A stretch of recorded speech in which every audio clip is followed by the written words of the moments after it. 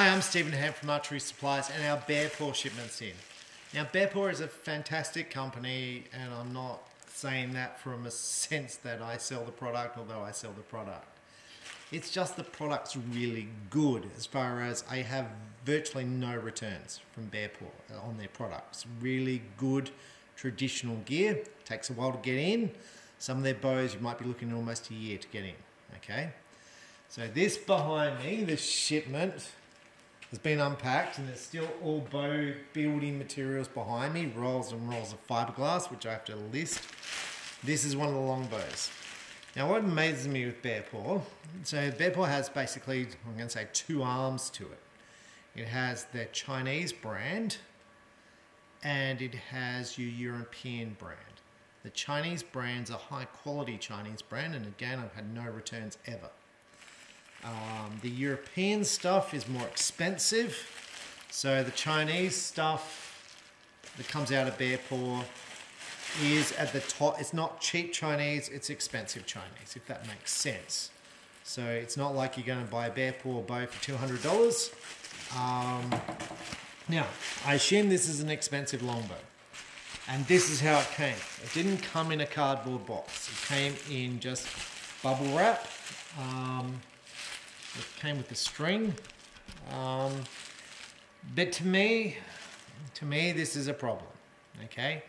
Because when I display my bows that come in, I put them in cardboard. Well, I generally put them in, they come in cardboard boxes, and they go onto a shelf, and they'll have a label of what the bow is.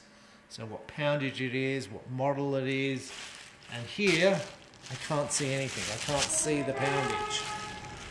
So selling the product is a problem because how many longbows do I have in stock? Probably 100, maybe over 100. So, and how many Bearpaw longbows do I have? Quite a few probably. Right, so this is the quick stick. This is really popular. This is a one made in Europe. You can tell the one's made in Europe. It's got it's a fancy handle here. So their finish is, when I say rough, it's not a smooth paint finish. It feels, this is the paint that they finish it with. It's not a high gloss. It's a matte finish. And I'm going to say, when I say it feels like sandpaper, that's not what it feels like. But there's texture to it, which I don't mind. Like put your hand in position and your hand's not going to slip around, right? But look, it's high quality. Look, they look beautiful. As I said, you're going to wait about a year to get Bearpaw products. And I don't mind that. The pricing is fine as far as I'm concerned. For me, it's very hard to source traditional quality products.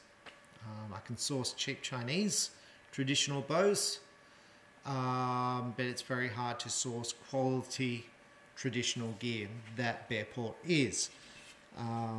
So you order it all online. I'm going to say through a portal. I'm not sure if I do order it through a portal or not from Bearpaw, because sometimes I get in trouble from companies because I just send them through an email saying this is the stuff I want. And they're like, why didn't you use the portal? I'm like, I didn't know. I can't remember the portal. I can't remember my password. So anyway, you order the stuff online and then I think you pay and then I think they ship. I think that's the way it works. This was a sea shipment. Okay, so it came in by sea on a pallet because it's heavy. Right, it weighs, that fiberglass, this fiberglass is in boxes, weighs heaps, right? These things are big and long. I had a lady bring one in from Europe herself. I'm going to get the number wrong, but I think she cost her $500 in freight to get it in, then she had to pay customs and stuff. So I think it cost her about $2,000 to land one of these bows. So I'm going to say it's almost double what I sell the bow for. So I bring it in via sea to keep costs down. If I was to bring this in with air, I'm going to guess with sea that would, and I don't know how much it cost me, but I'm going to guess it would have cost around $3,000 to freight that pallet in.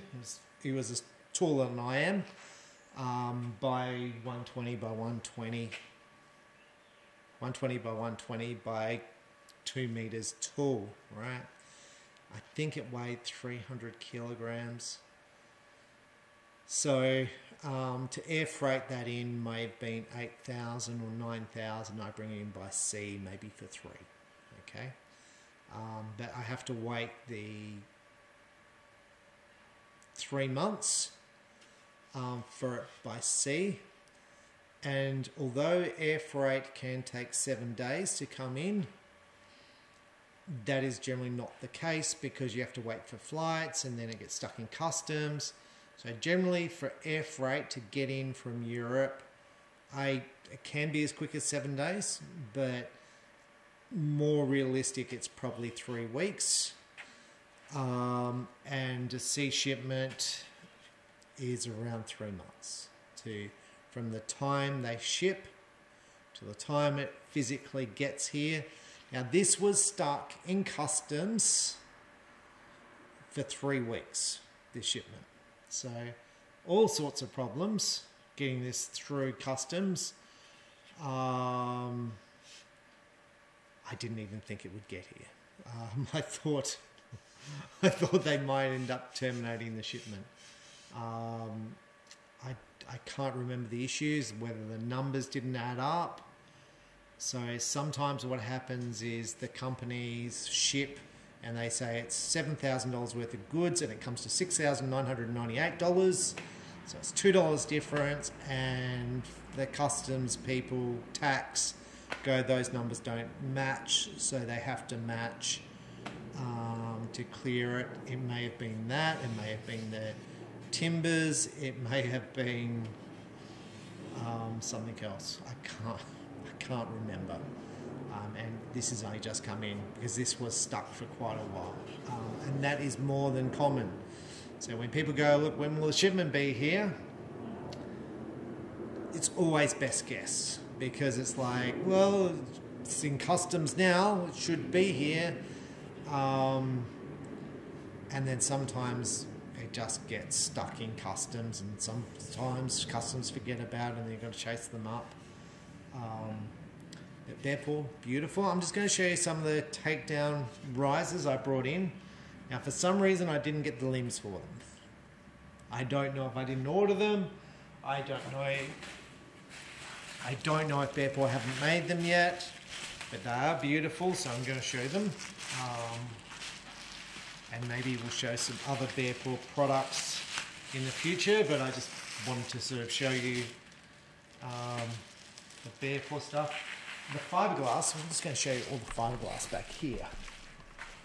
So bow building, it's a thing. So it's all there in rolls of fiberglass. You can see the thick. So the thicker the fiberglass, the more poundage you have, and they stick it together, and the more you stick together, the more. I don't make bows. I have tried to make a bow once. Well, when I say tried to make a bow once, I sanded it back and varnished it. And the sanding back the bow and doing the limb tips took hours and hours and hours. And I was like, this is crazy. This is just crazy. It's a thing that if you're going to do it, you're going to do it because you like being crafty. You like the idea of making your own bow. You like the idea of knowing how this stuff works. Anyway, this fiberglass, I've got stacks and stacks of it there. And I think each one,